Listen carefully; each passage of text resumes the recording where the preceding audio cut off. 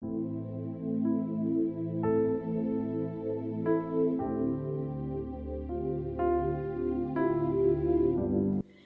à tous et bienvenue sur Radio Azora, je suis Péniel Christelle. Dans les sessions précédentes, nous avons parlé de pourquoi chercher Dieu. Pourquoi est-ce que tout homme devrait chercher Dieu? Nous avons dit que nous ne sommes pas le fruit du hasard, mais que de même que toute création a un but.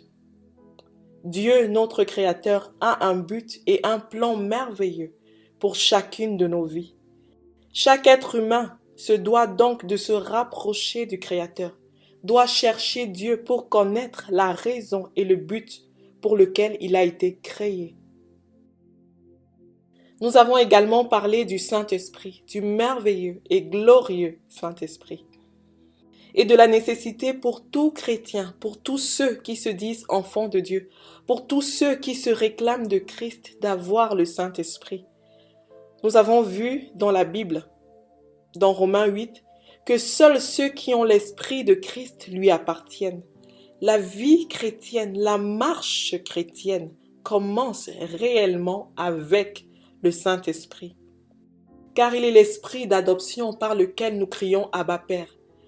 C'est lorsque nous sommes scellés du Saint-Esprit, c'est lorsque nous sommes marqués du sceau de Dieu, c'est lorsque nous recevons l'Esprit de Dieu, l'Esprit d'adoption, que nous devenons véritablement enfants de Dieu. Par lui, l'Esprit d'adoption, le Saint-Esprit, Dieu nous adopte et nous devenons ses enfants. C'est pourquoi il nous faut à tous le Saint-Esprit. Étant donc devenus ses enfants par le Saint-Esprit, le gage de notre héritage, nous devenons dès lors héritiers de Dieu et co-héritiers de Christ, si toutefois nous souffrons avec lui. Il nous faut absolument le Saint-Esprit. Aujourd'hui, on va parler de la volonté générale de Dieu pour l'homme. Quand je parle de volonté générale, je parle de la volonté qui est commune à tous les hommes. Cette volonté qui ne diffère pas d'un homme à un autre. Ce que Dieu veut pour tout homme. Et je nous invite à lire ce passage d'Éphésiens chapitre 1 au verset 3 à 14. Béni soit le Dieu et Père de notre Seigneur Jésus-Christ, qui nous a bénis de toute bénédiction spirituelle dans les lieux célestes en Christ. En lui, Dieu nous a élus avant la fondation du monde pour que nous soyons saints et irréprochables devant lui. Il nous a prédestinés dans son amour à être ses enfants d'adoption par Jésus-Christ, selon le bon plaisir de sa volonté, pour célébrer la gloire de sa grâce, dont il nous a favorisés dans le bien-aimé. En lui, nous qui avons la rédemption par son sang, le pardon des péchés, selon la richesse de sa grâce, que Dieu a répandue abondamment sur nous par toute espèce de sagesse et d'intelligence, il nous a fait connaître le mystère de sa volonté, selon le bienveillant dessein qu'il avait formé en lui-même, pour le mettre à exécution lorsque les temps seraient accomplis, de réunir toutes les choses en Christ, celles qui sont dans les cieux et celles qui sont sur la terre. En lui, nous sommes aussi devenus héritiers, ayant été prédestinés, suivant le plan de celui qui opère toutes choses, d'après le conseil de sa volonté, afin que nous servions à célébrer sa gloire, nous qui d'avance avons espéré en Christ.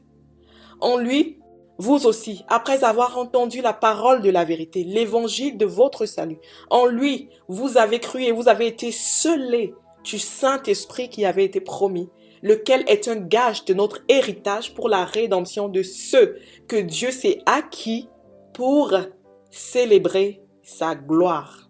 Amen. Dans ce texte, il y a un terme qui revient 3 fois. Il s'agit de célébrer sa gloire. Paul nous dit dans ce texte que Dieu nous a acquis pour célébrer sa gloire. Dans d'autres versions, on parlera de louer sa gloire. Dieu veut que tous les hommes soient sauvés et que tous parviennent à la connaissance de la vérité afin de célébrer sa gloire. Alors que signifie donc ce terme, célébrer sa gloire ou alors louer sa gloire?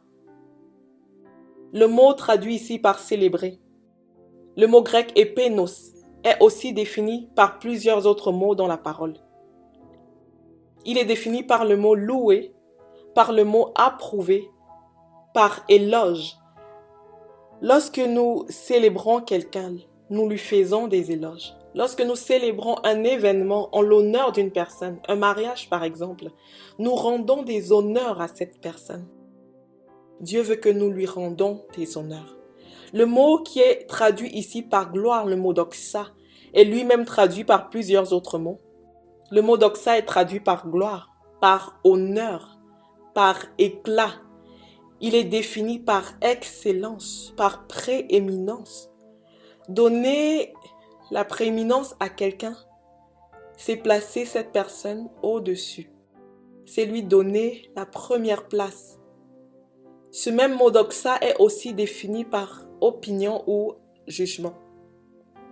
La Bible nous dit ici que nous avons été choisis par Dieu pour lui faire des éloges au travers de la louange, au travers des cantiques, lorsque nous parlons de lui à autrui, pour dire combien il est grand, combien il est saint, combien il est puissant, combien il est humble, combien il est bon, au travers de nos bouches, mais plus encore au travers du témoignage de nos vies.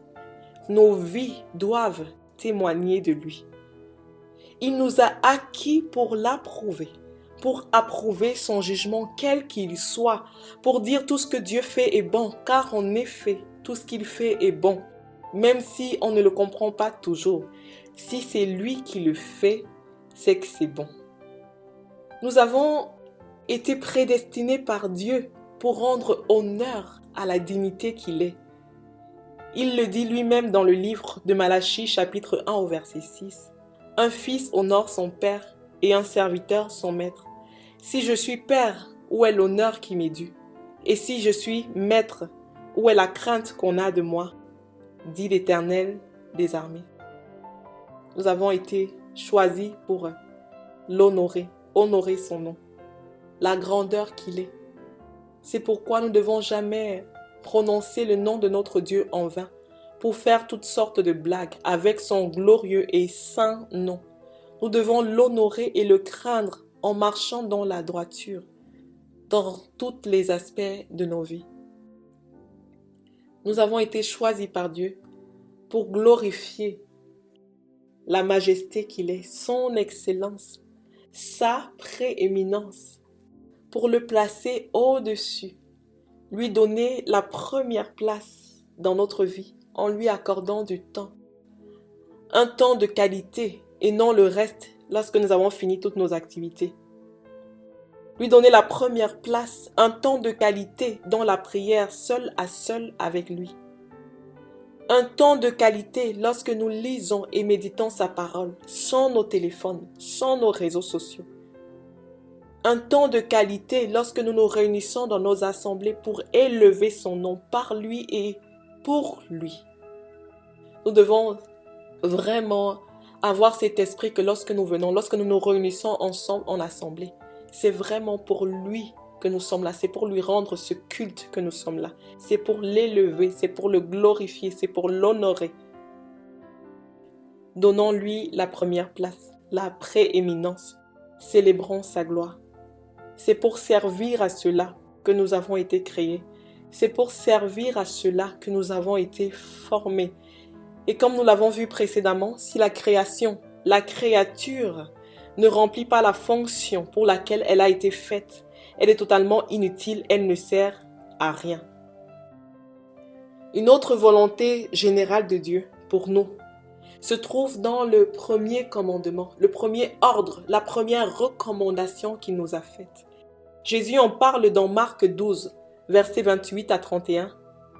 Un des scribes qui les avait entendus discuter, sachant que Jésus avait bien répondu aux Sadducéens, s'approcha et lui demanda « Quel est le premier de tous les commandements ?» Jésus répondit « Voici le premier. Écoute, Israël, le Seigneur notre Dieu est l'unique Seigneur. Et tu aimeras le Seigneur ton Dieu de tout ton cœur, de toute ton âme, de toute ta pensée et de toutes tes forces. Voici le deuxième, tu aimeras ton prochain comme toi-même. Il n'y a pas d'autre commandement plus grand que ceux-là. Je veux rester sur le premier commandement, le plus grand, celui qui nous intéresse ici particulièrement. Tu aimeras le Seigneur ton Dieu de tout ton cœur, de toute ton âme, de toute ta pensée et de toute ta force. J'aimerais vous poser une question. Êtes-vous déjà tombé amoureux ou amoureuse de quelqu'un? Quand on tombe amoureux ou amoureuse de quelqu'un, on prend plaisir à être avec cette personne. On pense à elle sans arrêt, à longueur de journée. On parle d'elle sans arrêt, des fois même sans s'en rendre compte.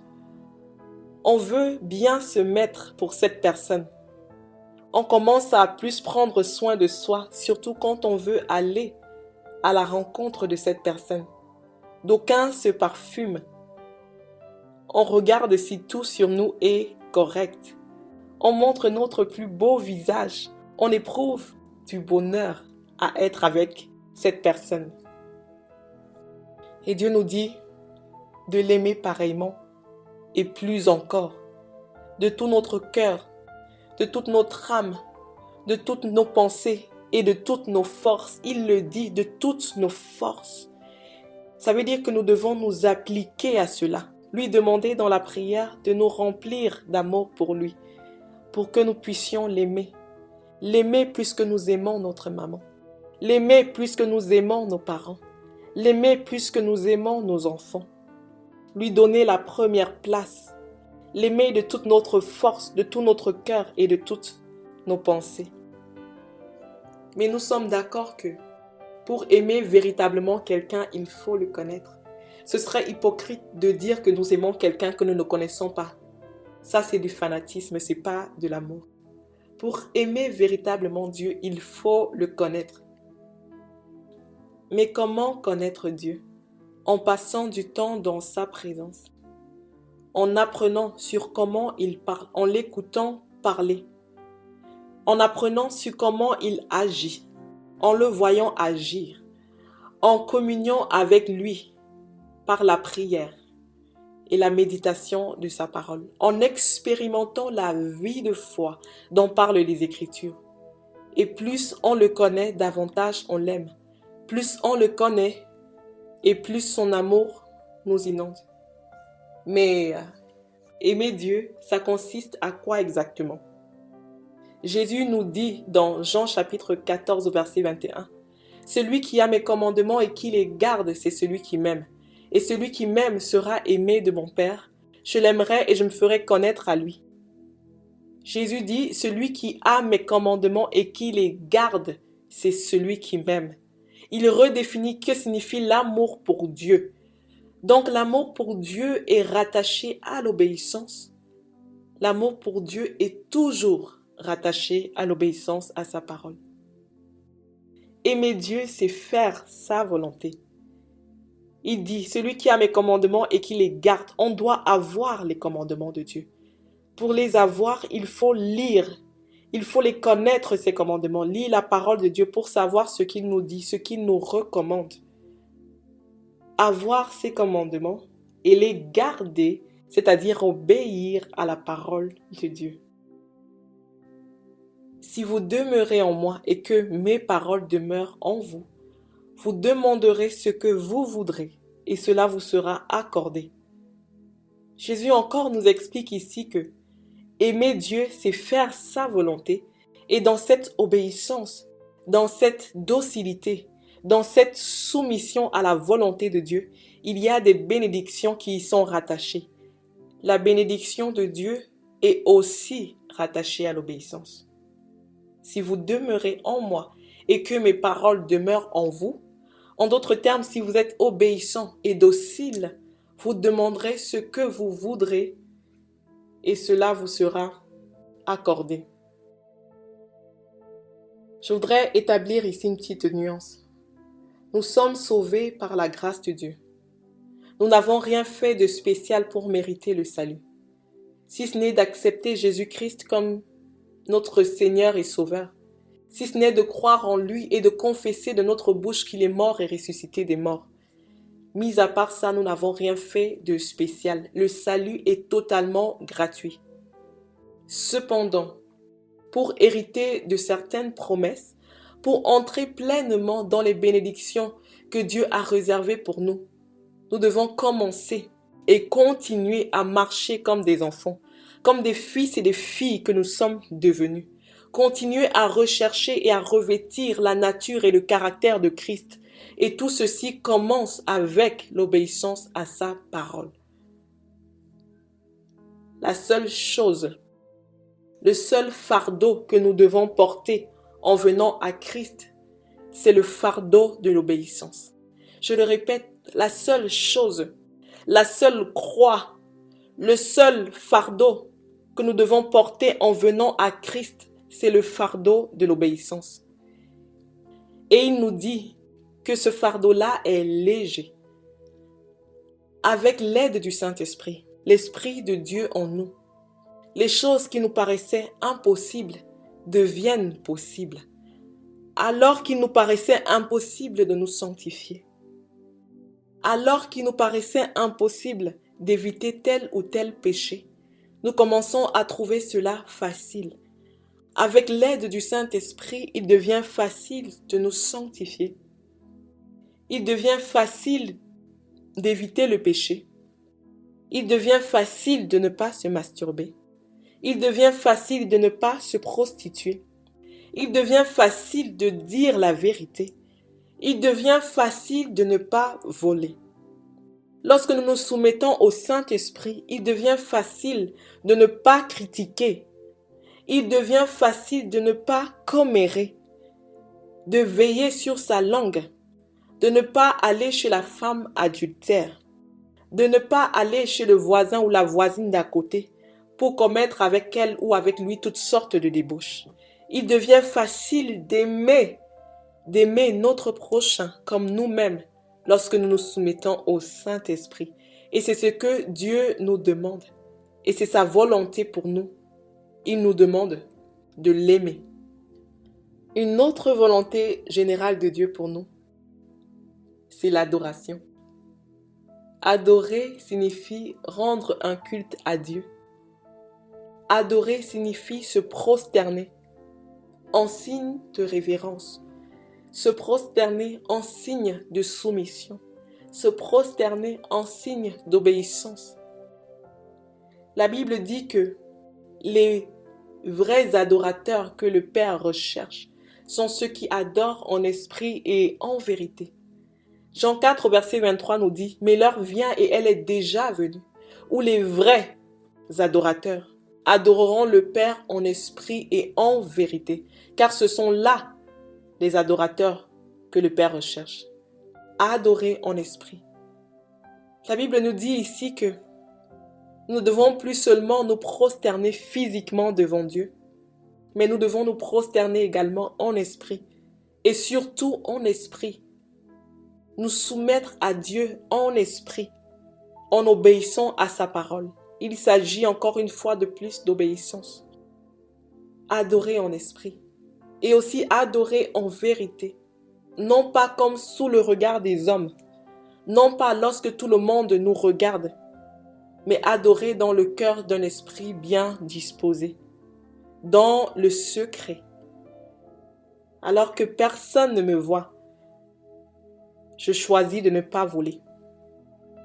Je choisis de ne pas critiquer, même dans le cœur, parce que je veux adorer mon Dieu. Adorer, non pas sous la contrainte du jugement, non pas par peur d'aller en enfer, mais parce que je l'aime, parce que je veux faire sa volonté, parce qu'il est mon Dieu, parce qu'il est mon roi et que je veux célébrer sa gloire. Nous avons vu aujourd'hui ce que Dieu attend de chacun d'entre nous. Célébrer sa gloire, l'aimer, l'adorer. Et tout cela se résume en une seule chose. Obéir à sa parole. Commencer à lire, à méditer et à mettre cette parole de Dieu que nous lisons en pratique dans nos vies. Aimons Dieu. Célébrons-le. Élevons-le. Glorifions-le. Adorons-le. en esprit et en vérité. Soyez abondamment bénis. Amen.